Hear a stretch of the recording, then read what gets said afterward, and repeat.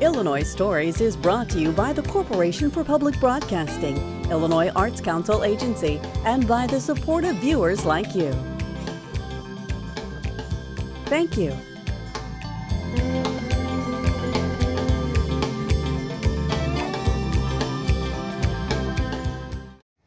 Hello, welcome to Illinois Stories. I'm Mark McDonald on the far north end of Springfield at a place called the village of Devereux Heights. And if you know anything about Devereux Heights, it's been annexed into the city of Springfield, but back around the turn of the century, for about 25 years, this was a very active company town. There was a coal mine near here, and the two buildings behind me, the Jailhouse Tavern and Fofi's Market, are about the only two buildings left from that era. Now, a new book is being published and will be released very soon about Devereux Heights. So it's a good time to take a look back. Ken Mitchell, I'm holding a book that's going to be released pretty soon that you wrote about Devereux Heights. And I'll make a leap here and say this about Devereux Heights. There's a lot of people in Springfield, Illinois, who aren't old enough to even know what Devereux Heights was. That's right. Is that about right? And when I talk to people about writing the book, Mark, I bet you not 1 out of 100 outside of the North End has ever heard of Devereux Heights, which amazed me. Well, you know what I liked about the book was it gives you a view of the way thousands of people in coal mining towns lived during a certain period in history. Because this wouldn't have been just Devereux Heights, it wouldn't have been just Starnes, and it wouldn't have been just Springfield, Illinois. This was a way of life for decades. Right, and this was one of the top producing states in the United States for coal for, about a century. Yeah.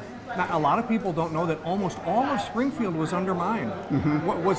There was a coal mine company there and a coal mine company there and there and there, and except for under the state capitol, it was all undermined, wasn't it? Right, I think there were about 25 mines in Springfield. Yeah, remarkable. Now, when we talk about Devereux Heights, we're talking about a period of time between about 1913 and about 1926. So you're talking, or is that, no, 20 years, right? About 20 years. Well, for the mine itself, but the community started about 1913, and it became incorporated into the city in 1967, and of course it's still thriving today. Well, let's look at the plat then, because this is what you have here is the original plat for Devereux Heights, and when we talk about Devereux Heights, we're talking about the north end, would have been north of the north end of Springfield. That's right, at the very tip. This was the sales plat when they started the mine in 1904 and started selling lots for the coal miners in 1913. And the coal mine itself was situated right here. Okay, and they up here in the corner, right there, those 3 acres. Okay, and it would have looked something like this. Exactly. Okay. And this was the interurban railroad, and there was a regular passenger railroad too. And right through here was a freight train that went right over by the coal mine. Right to the mine. Yeah, and okay. That's why they situated the mine there. Okay, now what was the mine called? It was called Chicago Springfield Coal Mine. Okay. Now, this is interesting as we've got this out, because if you'll see, these are all individual lots, and they're big. Yes. 1.6 acres, 1.56 acres. So a family had a small house, but they had a large lot, didn't they? Right, and they needed those because they were self-sustaining people in those days. They had cows, chickens, goats, they had everything. They all had vineyards. Really? Wine was very important. And you could do all that on an acre and a half? Yeah, and a lot of them did it on a half an acre in the back. You can get a lot in a half acre. So this is what it was, and it was the perimeter roads were the interurban, what they called East Street, and then South Street. And then about the same time, there was an enterprising real estate developer from Springfield called John H. Piper. And he developed south of here to take advantage not only of the mine, but across here was what they call the zinc works, which was a smelting plant. Let's turn it over and see how that fits into the map of today. Now this is what we had just a minute ago, right here. Okay. But Piper increased it more than 100%. And this is Piper Road coming off of Sangamon Avenue. Okay, now here's Sangamon Avenue running east and west, and then you take Piper Road into Devereux, but before you get there, you've got this development. Right. And now this day and age, you have Twin Lakes as well, Exactly. which is right in this area. Right here. in there. Okay. And then right over here is Indian Hill subdivision. Okay, let's talk about Mr. Devereux a little bit. Now, the neighborhood's named after him, the village. Who was he? He was actually around this time the mayor of Springfield. Very young fella, very industrious. His mother brought him down from Detroit, Michigan. I think his father passed away. And his mother married Ridgely, which was a wealthy family. And he was able to get a bank job through the Ridgeleys, and he developed his entrepreneurship, and with 5 other people he started the coal mine in 1902. Oh, so he was actually one of the investors in the coal mine. Yes, and I'm assuming he was probably the principal investor, although I'm not for sure. But what they did in those days is they would have a company town surrounding the mine, so they would have their human capital.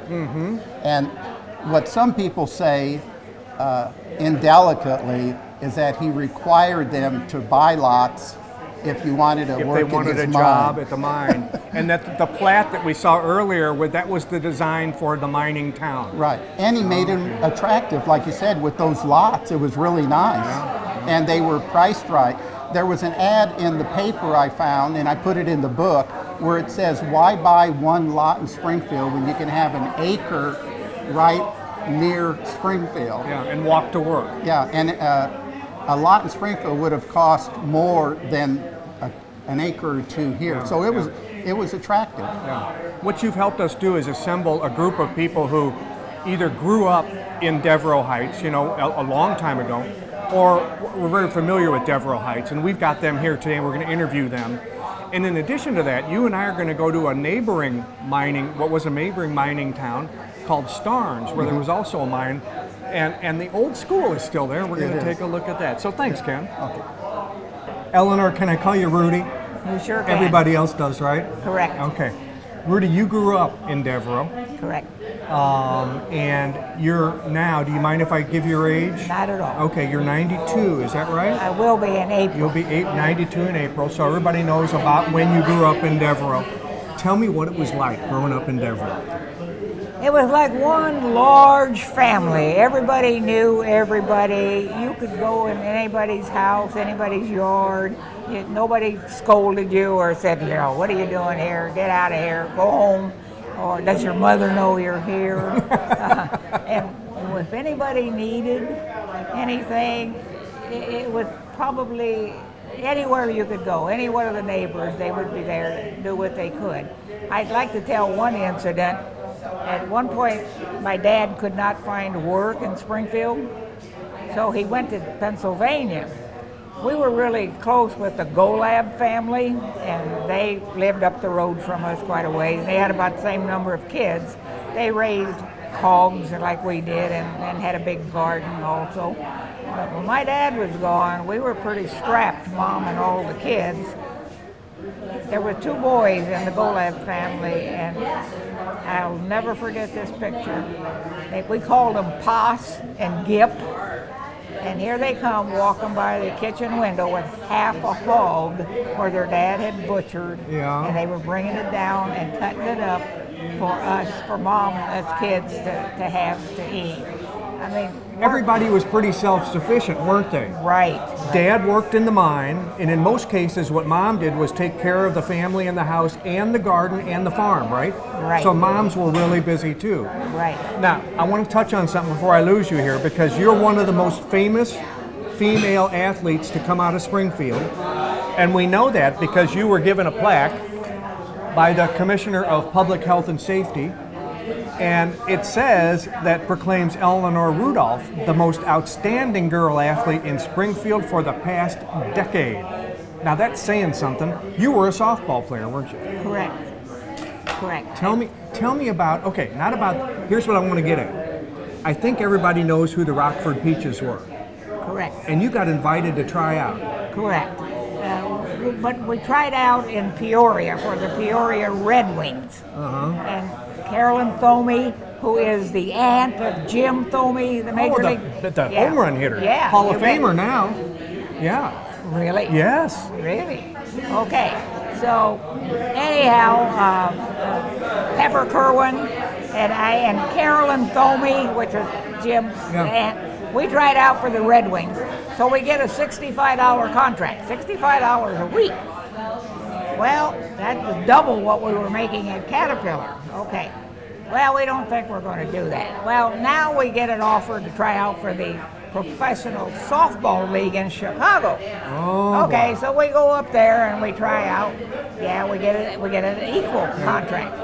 But then we get to thinking, you know what? We got to go find a job every September because if we stay at Caterpillar, our job is guaranteed. Yeah. Well, some of the girls did go pro from Peoria and some from Springfield. But Carolyn and I stayed at Caterpillar. I retired at 48 with 30 years service, and Carolyn retired about a little after me. But anyhow, we made the right decision because the other, we didn't want to go job hunting every September. Right, gotcha. And that team, when I mentioned the Rockford Peaches, they were famous because of the movie A League of Their Own. Correct. And so everybody's familiar with, during World War II, the men were off fighting and the women were, if they were good enough, were playing softball. So that was our baseball at the time, wasn't Right, it? Yeah. right, yeah. Well, P.K. Wrigley was afraid that too many of the Major League Baseball players were going to be drafted. And so that's why he started the women's team. Yeah. Well, thanks for visiting with us. You're welcome. My pleasure. Charlie Bedoli, you know Devereux a little bit, don't you? A little bit. Lived here all my life, so I probably know more than a little bit. You were born in Devereux, and then your family moved, I guess, at some point? No. No? We moved houses is all. We come from over there by Al Kennel's house, the house right next to him, south. Yeah. Next north, the house he's living in was my grandma Bedoli's. And then my mom and dad lived in my aunt. She owned it, Mernon. She owned it and she lived in Chicago and she rented it to my dad. And then when I was about 7 or 8, we moved to the corner house over here. But that wasn't that nice house. Yeah. And I finished up high school there. Then I got married and I went back up and went all the way to the end of Angelo. And you turn left and I've been there for 68 years. Your dad wasn't a miner, was he? No. He was a laborer. He worked for construction. Yeah. He died at 45 years old. Oh, man, that's really young. Then my mother, when my dad died, my sister was a freshman, and her cousin owned this tavern, the jailhouse. Her and her dad. And my mother come here and cook turtle for about 20 Is that right? years. Yeah. I've been told that the folks that lived in Devereux, from the time Devereux started, they always grew their own grapes, that they had arbors, that they had vineyards, that they made wine. But they also went downtown, 5th Street and Washington. It was called Italian American. There was a bunch of Monarch Tavern, a few other taverns, and the Italian stores across the street, and they would order a whole boxcar of grapes from California, and they also made California wine. Is that right? Yeah, and then they used their grapes for wine. Oh, I see. So they used their own grapes for whatever they would, and they had to have more because they would buy the California. Like my grandfather, well, in your opinion, what was better, the California grapes? I never drank it. No. Okay. Most people made about 6, 8, 50-gallon drums. That's all they drank. Wow, that's a lot of wine. Yeah. That is a lot of wine. Then they let a barrel go bad, and then they used wine vinegar for salads and stuff like that. Yeah. Well, thanks for visiting with us. We appreciate it. Al Cannell, you grew up here, and you went to Piper School, which was, I guess, on Piper Road on the way in here, huh? Right. Tell me about Piper School a little bit. It was a two-room schoolhouse, brick, 2 stories high. The bottom floor was basement, was furnace, a regular old coal furnace. And you had 2 sets of restrooms, boys and girls, naturally. And then you went up the stairs, and they had 2 classrooms. The one to the south was Mrs. Mueller. She taught 1st through 4th. Ah. Then when you went across, you went through Mrs. Weber, who had 5 through 8. Okay, so it was kind of like a 2-room schoolhouse, right? It was a Yeah, yeah. And so you were in class. You could have been in class with 1st graders or 4th graders. It just whatever. Yeah, however you the- were in however her it worked mix. out. Yeah. And she didn't. I mean, she just taught everybody. If she happened to be a 2nd, 3rd grader, she taught me. I did all right there. When I got to the other side, Then it got tough. Huh? she told me one day, she said, if you ain't going to try to learn, go to the fire escape. And that's where I sat. And it wasn't the first time. Some of the buildings, really, when you think about this place, the buildings that people would see that were here then, back in the day, are the Jailhouse Tavern and Fofi's store, which is right next door, and that's pretty much what's left. But your dad had a history with the tavern, didn't he? Let me tell you one more thing about Piper School. All right. They had a janitor. There was 3 people, 2 teachers and a janitor, Yeah. and her name was Josie Giacomini. And she would feed the furnace cold, keep the classrooms, Yeah. and that's the way it was, Yeah. three people. And Interesting, interesting. Now, we're in the Jailhouse Tavern right now. Tell me about the Jailhouse Tavern. I really can't tell the year that Dad was running it, but I was young. Yeah. And he would go to the mine and work the day shift. Mom would do the bartending here. And then when he got off in the mine, he'd take over and she'd go home. And he'd close up about 9:30, 10 o'clock. And if the people didn't want to leave, say they had a pitch game going or a rum game going, he said, you know where the lock's at, or Really, he'd go home and let them take just the let money themselves bag out, and huh? go home. Well, how did it get named Jailhouse?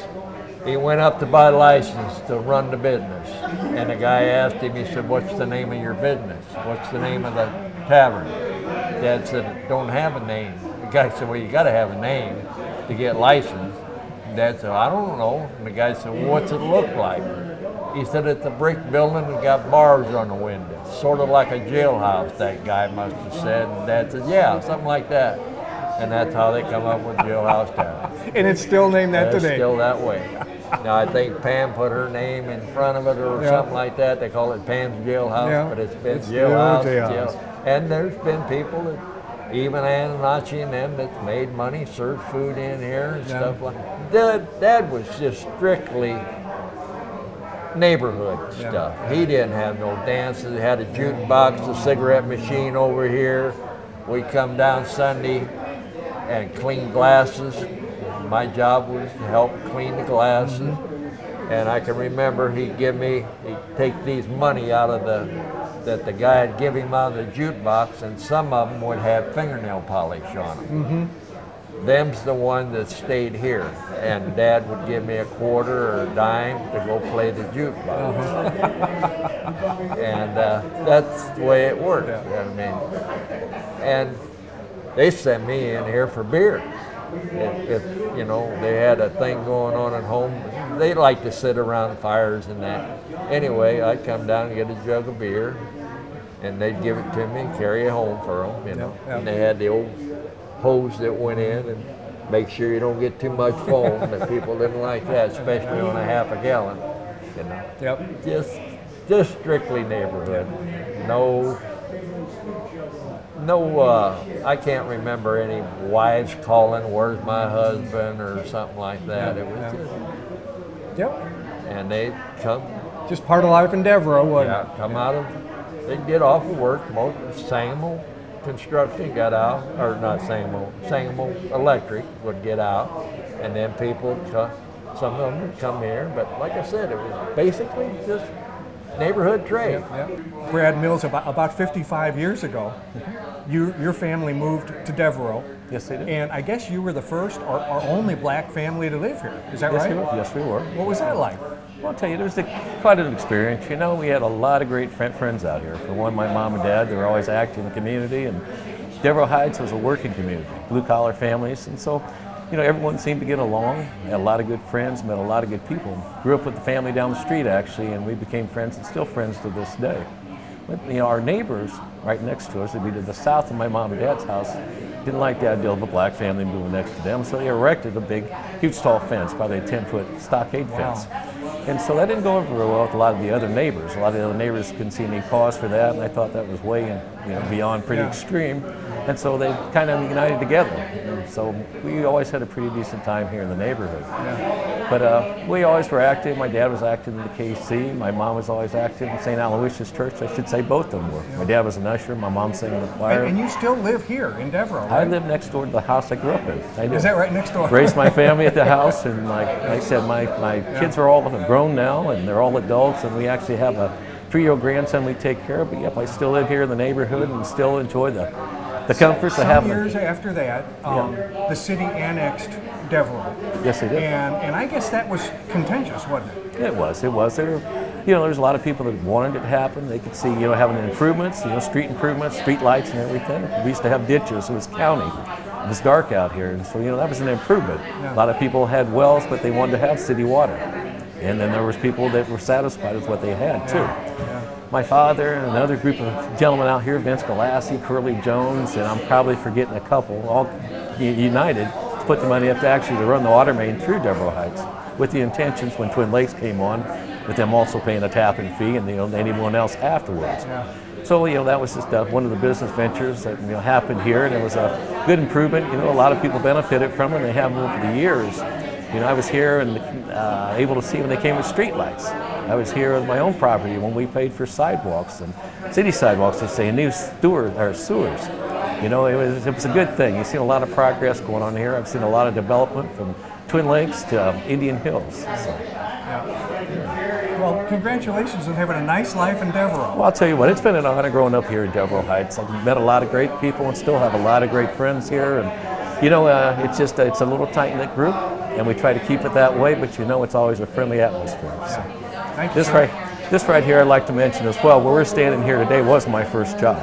In the jailhouse? In the jailhouse tavern. I was 15 years old, and I actually washed dishes and bussed tables in that kitchen, and then later on became the cook. So, yes, this is where it started. So, this was the hangout. Thank you for the information. Well, no, thank you very much. Bob Yogers, you didn't grow up here. No. But you moved here 50-some years ago. Right. And some of this property became available where the old railroad line used to go through here, and you snapped it up, didn't you? Right. You have really beautified it. Well, a lot of work, because it all looked like that down there. So well, you can see, all those snaggy trees and all that the stuff. trees, all the underbrush, it looked all like that. So if we look up to our right, we can see we're standing on what would have been the railroad line that went to the mine. Right. And where that disappears up into the woods is where the mine would have been located. Right, that's where the mine would have been. And you can see what you've done. You've cleared all that out, and the wood chips, you put the wood chips down where you could to keep the crud from growing up? Right, just kind of keep the hills from washing away. This we did here just recently, just to keep it from all washing down. It's actually becomes a pretty nice hiking path, doesn't it? Because it's really scenic. Yeah, it is. This is part of Old Devereux here, right? That's part of the Old Devereux, you're right. That's right up in there. And then we put the bridge in down here because you see the railroad was up there. And there was no way to get across this creek. This is beautiful. So you built this bridge? Right. You poured the concrete for this? Right. Wow. Yes. This is really nice, and a beautiful little brook going through here. And you can also see where the original train trestle would have gone over there, right? Right. Oh, it's beautiful. Yeah. And you got a little bench to sit on there. Don't very seldom sit on it. You don't have time to sit because you're too busy cleaning all this up. Yeah. Did you plant the hostas? Yes. And all? Oh, it's gorgeous. A hosta garden. This is beautiful. Put a hosta garden in. Just to keep it, because when the creek overflows, it comes right where the bench is and right on over. It wants to straighten out. It wants to straighten out, right. Well, you and your wife, is her name Mary? Mary. Oh, you've really done terrific work here. Devereux must be very, very proud. Well, I don't know. Yeah, it's a lot of work. A lot of work. Put all that riffraff in there to keep it from washing. Yeah. And the creek at one time was not as wide as it is. So, but you can read your deed and you can find out that they used to, the old guys, farmers used to walk their cattle through here, so under the trestle. Yeah. So they got all that. But yeah, we did all the planting and everything. Well, thanks for showing it to us. You're more than welcome. Beautiful. Ken, probably 2 miles as the crow flies from where we are in Devereux. We're at another Springfield coal community right now called Starnes. And about the time that Devereux Heights was getting going, Starnes, the mine at Starnes was petering out. That's right. And what we're looking at here is the Starnes School. This That's school right. was built for miners' families, wasn't it? Right, and I think it was built around 1880, and my mother went here about 1912, 1913 when she was a Your little girl. grandmother?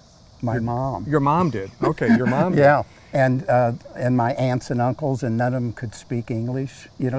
My aunt came home the first day and said, "Mom, these people talk funny here in Italian," she said. There were a lot of Italians, weren't there? Yeah, out of 23 families here, 21 were Italian, 1 German and 1 Polish. So this was a much smaller community than Yes. Devereux was. We had 22 or 3 families here. Over there were hundreds, weren't there? Yeah, there might have been 50 or 60 originally, and as they grew south, they tripled that probably. As we look past the school, just to the right there, you can see that the railroad lines are still there. And that's where the railroad would have been that served the coal mine. Exactly, and the coal mine was just across the way there. When I was a little boy, they still had the slag pit there, and we'd go over there and they would have, you could swim in it and things like that too. Yeah, we heard one of our guests earlier talking about the Piper School. That was newer than this school, but it would have been about the same thing. You'd had all the grades in one school. Right. Now originally they had a school over there at Peabody 59 called Pryor School, and that had that started around 1910. So this is quite a bit older. Yeah. Well, thanks, Ken, and good luck on your book. I appreciate it very much. Well, we hope you've enjoyed this. We're at Starnes now. We were at Devereux Heights just a little bit earlier. I hope you enjoyed this look at the past, which really reflected on the way many kids in Springfield grew up and the way their families raised them, those coal mining communities, and how they were dependent on agriculture and the coal mine at the same time. With another Illinois Story in Springfield, I'm Mark McDonald. Thanks for watching.